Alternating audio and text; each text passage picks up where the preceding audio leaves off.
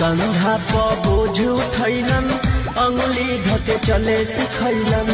आपन सब मार के सपना, हर सपना हमार पुरैलन। पर्वत जैसन साथे खड़ा रहेले हर सुख दुख में। पर्वत जैसन साथे खड़ा रहेले हर सुख दुख में। हम भगवान देखले बानी अपना पापा के रूप में। कंधा प बोझ उठैलन, अंगुली धके चले सिखैलन।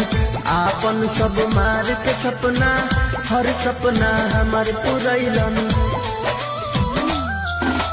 पर्वत जैसन साथे खड़ा रहेले हर सुख दुख में। पर्वत जैसन साथे खड़ा रहेले हर सुख दुख में। हम भगवान देखले बानी अपना पापा।